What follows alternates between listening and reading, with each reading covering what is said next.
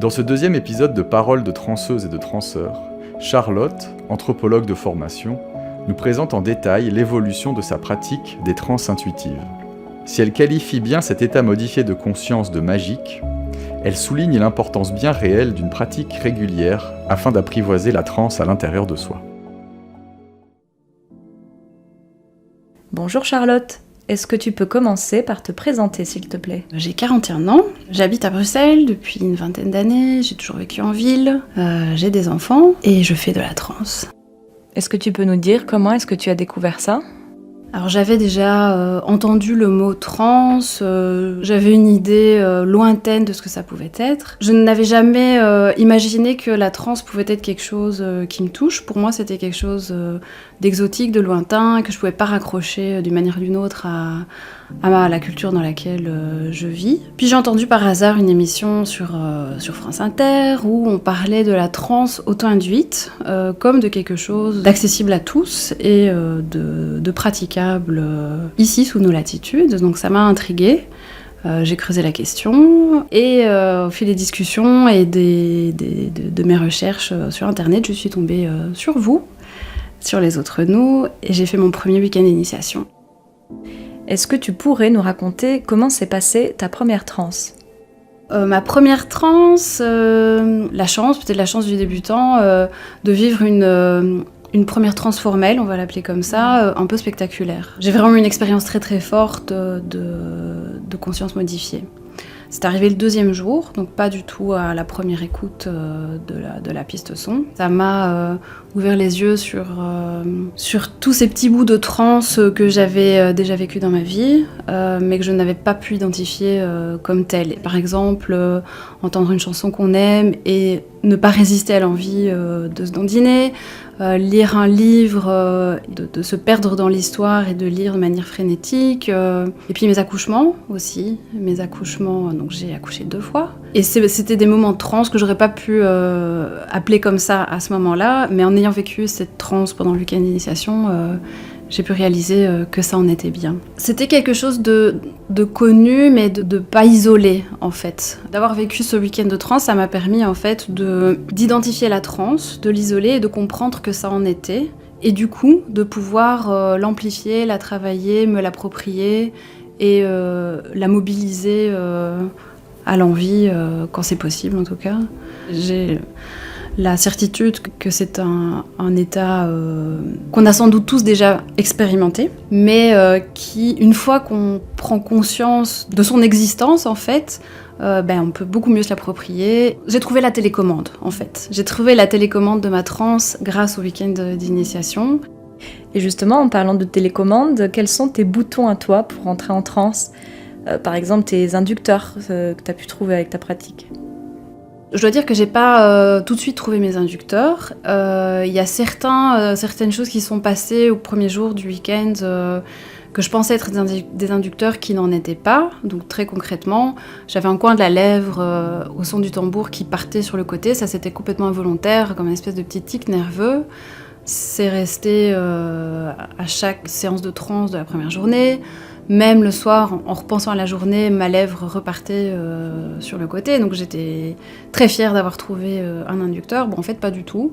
Je pense que c'était un petit spasme ou quelque chose qui devait s'exprimer, une forme de nettoyage pour accéder sans doute à autre chose.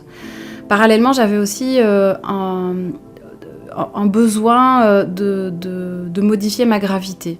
Donc de sentir la pression différemment sur différentes parties du corps. Donc voilà, un peu de créativité. Je me colle au mur, je m'allonge contre le mur, je me mets en avant, en arrière, etc. Ça m'a permis de jouer un petit peu avec ces sensations-là, jusqu'à comprendre, sans trop y réfléchir, tout ça est venu assez naturellement, que la modification de la gravité, ça peut être un inducteur. Et donc bêtement, en me penchant en avant, en mettant les mains au sol et en créant mentalement le vide sous moi, ça a été un inducteur assez profond, qui m'a fait rentrer dans une transe assez profonde le deuxième jour, et qui est resté. Maintenant, ça évolue. Au début, j'avais vraiment besoin d'avoir tout le buste retourné, de réellement physiquement modifier mon centre de gravité. Puis petit à petit, au fil de la pratique, le simple fait de créer en moi la sensation de perte de gravité suffit pour enclencher une transe. Et après ça, à quel rythme est-ce que tu as pratiqué la transe ? Au début, après le week-end d'initiation, j'ai pratiqué tous les jours et c'est une discipline que je me suis mise à moi-même, ayant fait beaucoup de yoga, beaucoup de méditation. Je sais que voilà, il y a pas de miracle, il y a quand même une nécessité d'être régulier, et surtout au début. Et je pense que cette pratique quotidienne que je me suis imposée au lendemain du week-end d'initiation m'a permis en fait de bien agripper mon chemin vers la transe, de bien le solidifier comme un muscle qu'on entraîne, de manière telle à ce qu'au bout de quelques semaines, ça venait beaucoup plus facilement et je me suis permise de sauter un jour ou deux. Puis voilà, la vie fait que c'est quand même difficile de mobiliser du temps chaque jour. C'est quand même beaucoup de concentration, hein. Il y a beaucoup de conditions à mettre en place pour pouvoir entamer une transe. Le rythme s'est un peu espacé, mais quand il est bien installé, quand la transe est bien installée, c'est de moins en moins d'efforts à mettre en place pour entrer en transe. Si j'aurais un conseil à donner, ce serait d'être rigoureux dès le lendemain du week-end d'initiation. Et puis il faut accepter aussi que ça marche pas à chaque fois. Je dis la discipline de faire de la transe tous les jours. Je n'ai pas eu des transes spectaculaires chaque jour, loin de là. Et par rapport à tout ça, comment est-ce que tu utilises la transe dans ta vie ? Est-ce que tu l'utilises ? Est-ce qu'on peut parler d'utilité ? La question de l'utilisation, en tout cas, moi je m'en méfie, parce que je suis toujours un peu peinée de voir des beaux outils, des belles techniques réduites à quelque chose d'utile et d'efficace pour améliorer sa concentration, améliorer son sommeil, améliorer sa digestion, etc. Je n'ai pas envie de dire que la transe ne sert à rien, parce que moi ça m'apporte énormément. Je vois les effets positifs de gestion du stress, d'amélioration du sommeil, donc tous ces effets-là existent, mais je crois que transer dans le but c'est s'exposer à des déconvenues évidentes. J'ai pas envie de dire que la transe m'est utile, même si elle l'est, parce que en fait c'est beaucoup plus intéressant qu'être utile. C'est vraiment un rapport au monde, un rapport à soi et de son soi vers le monde. C'est aussi une partie de soi qu'on connaît sans connaître. Ça m'a parfois fait la sensation d'écouter ma voix sur un enregistrement sonore ou de voir une photo de moi prise quand je ne m'en rendais pas compte. Il y a toujours un côté étrange à s'écouter ou à se voir quand on ne s'y attend pas. Donc la transe me permet d'avoir accès à une partie de moi que je ne suis pas surprise de rencontrer, mais qui en même temps m'était complètement inconnue. Et comme le moi habituel qui gère tout le temps, qui décide quand se lever, quand faire ceci, quand faire cela. Et puis il y a le moi que j'ai découvert grâce à la transe, qui n'a jamais l'occasion de dire ce qu'il pense et de faire ce qu'il a envie de faire. Donc laisser la place, mettre mon moi habituel entre parenthèses et laisser la place à mon autre moi pour prendre les commandes, c'est super intéressant parce que du coup, c'est comme de se regarder dans le miroir et de voir quelqu'un d'autre que la personne qu'on a l'habitude de voir. Et maintenant, est-ce que tu pourrais nous donner un aperçu des différentes transes que tu vis ? Peut-être de la plus infime à la plus importante ? Alors le plus infime, c'est d'être présente et pourtant éveillée à autre chose que ce qui se passe au moment T. Donc c'est par exemple... quelqu'un me parle et je l'écoute, mais en fait, je n'écoute pas du tout ce qu'il dit et je pense à autre chose. Ça, en fait, tout le monde connaît ça. Et je crois que en tout cas, dans ma perception, c'est une forme de petite transe. Le fait d'en prendre conscience, en fait, est hyper intéressant. Ça change pas le quotidien, mais par contre, de réaliser quand je suis là, mais que je ne suis plus là, de le réaliser et puis de me demander pourquoi, en fait, ça m'apprend des tas de choses de ce qui est en train de se passer. Ça, c'est, je dirais, la partie la plus infime de mon spectre de transe. La forme intermédiaire, je dirais, il y a des sensations corporelles qui s'invitent. J'ai remarqué que ça se présente quand je suis assez fatiguée, en fait. Peut-être quand le mental se relâche en fin de journée, le trajet pour rentrer vers la maison, où tout d'un coup, je sens mes jambes qui s'envolent. Je pense que ça m'arrivait avant, mais de pouvoir maintenant me l'approprier et que je peux amplifier.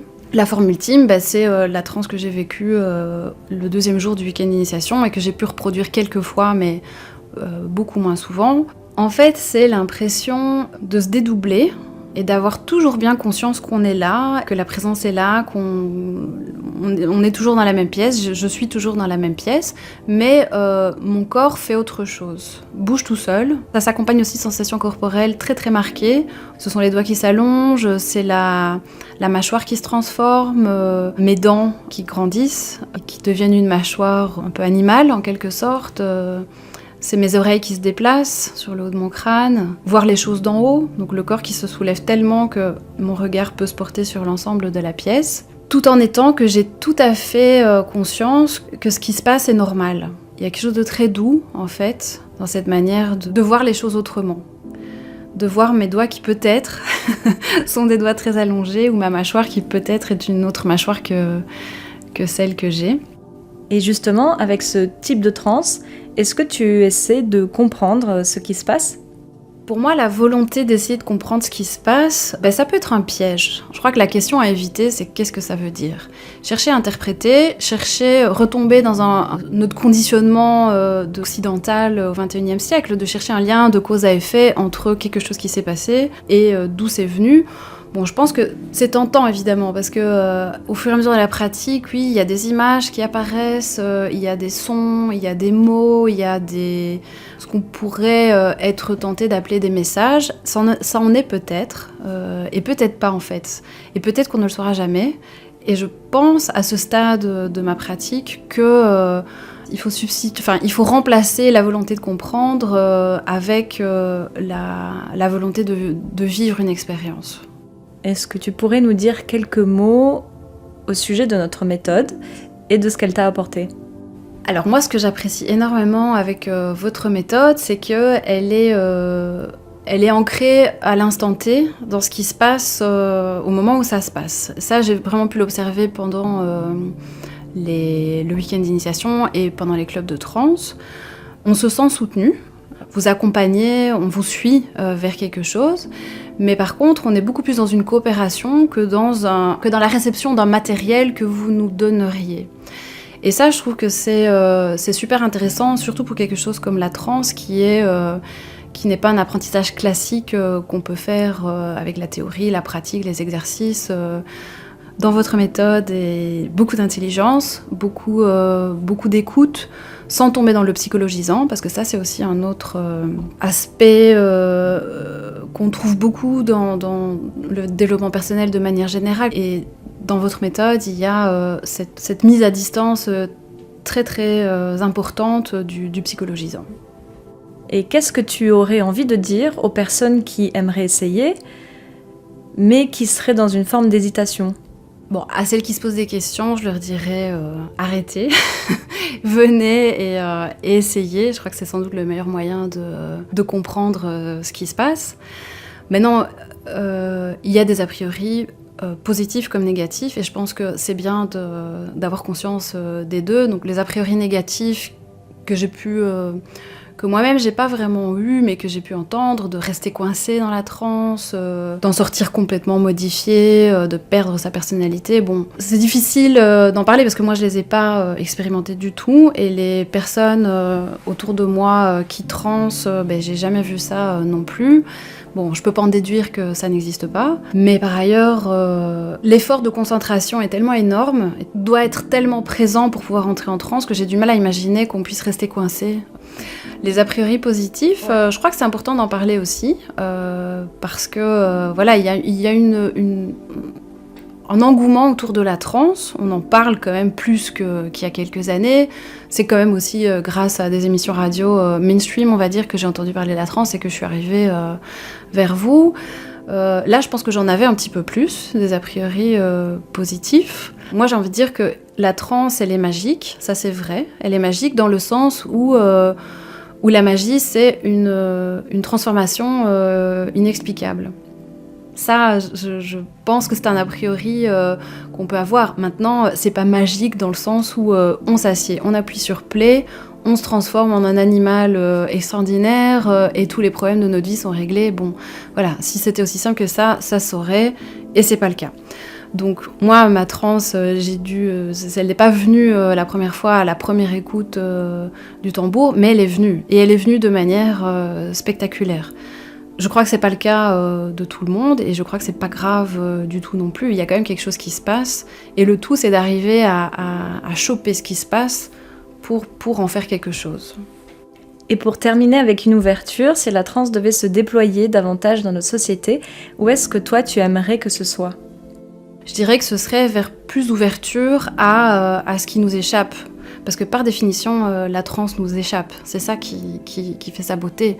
Donc c'est très bien maintenant d'en faire un objet d'étude neurologique pour ceux à qui ça parle.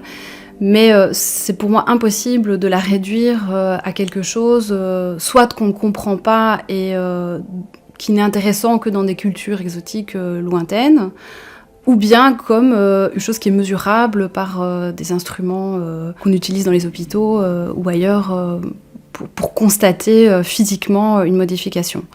Donc pour moi, une ouverture d'esprit un petit peu plus importante sur l'irrationalité de la transe et son aspect pourtant bien réel, ce serait mon souhait. Merci beaucoup Charlotte. Avec plaisir, merci à vous.